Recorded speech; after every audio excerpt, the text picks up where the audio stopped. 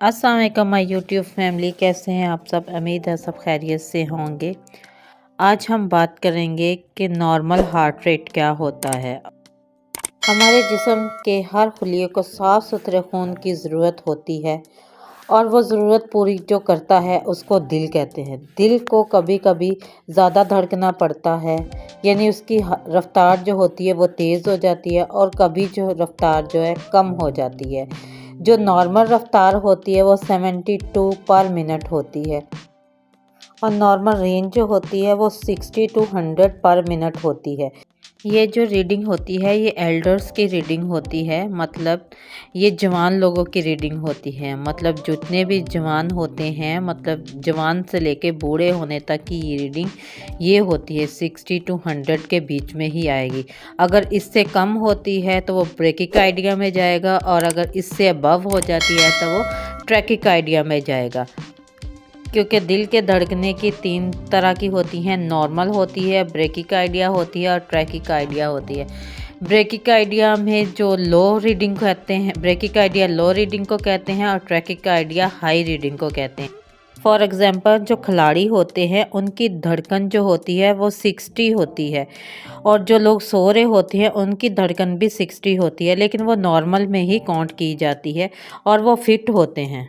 क्योंकि खेल के दौरान और सोने के दौरान अगर हार्ट रेट कम होती है तो वो नेचुरल तौर पे कम होती है, उसमें किसी बीमारी का कोई अमल दखल नहीं होता, तो वो लोग फिट होते हैं। सिर्फ नेचुरल तौर पर ये हार्ट रेट कम होती है, इससे कोई प्रॉब्लम नहीं होती। दूसरी कंडीशन जो बीमारियों की वजह से हो जाता है वो थायराइड में हो जाता है, उससे जो हार्ट रेट है कम हो जाता है। और अगर कोई हार्ट की डिज़ीज़ है, हार्ट की प्रॉब्लम है, हार्ट अटैक हुआ है, उसकी वजह से भी जो हार्ट रेट होता है वो बहुत ज़्यादा कम हो जाता है, 60 से कम हो जाता है। और जो ये जॉइंटस होता है इसमें भी हार्ट रेट जो होता है वो कम हो जाता है। तो इस कंडीशन में अगर हार्ट रेट कम हो जाता है तो ये ख़तरनाक होता है, इसके लिए डॉक्टर के पास जाना बहुत ज़रूरी होता है। सेकंड जो कंडीशन है वो है ट्रैकिकार्डिया। ट्रैकिकार्डिया में हार्ट को ज़्यादा दफ़ा बीट करना पड़ता है, 100 से अबव बीट करना पड़ता है।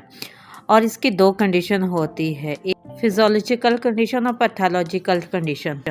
फिज़ोलॉजिकल कंडीशन में जैसे बच्चे होते हैं उनका हार्ट रेट 100 से अबव होता है तो उनके लिए कोई प्रॉब्लम नहीं है।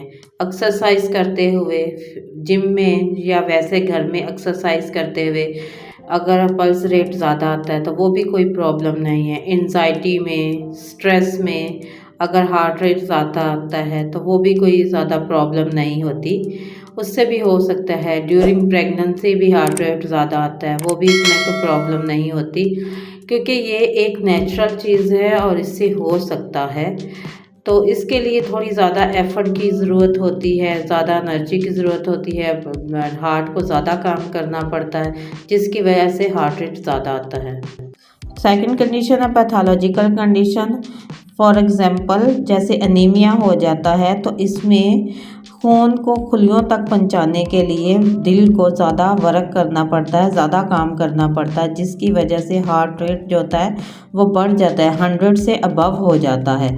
दूसरी चीज़ होती है थायराइड होता है, इसमें भी हार्ट रेट ज़्यादा अबव काम करता है तो इसमें भी हो जाता है। और ऑक्सीजन जब बॉडी में कम हो जाती है इसमें भी हार्ट रेट बढ़ जाता है। जब टेम्परेचर वगैरह हो जाता है उसमें भी हार्ट रेट बढ़ जाता है। पल्स रेट जो होता है वो 60 से 100 तक होता है, और हम इसको खुद भी चेक कर सकते हैं अपनी फिंगर्स के साथ, इसको आराम से खुद भी कर सकते हैं।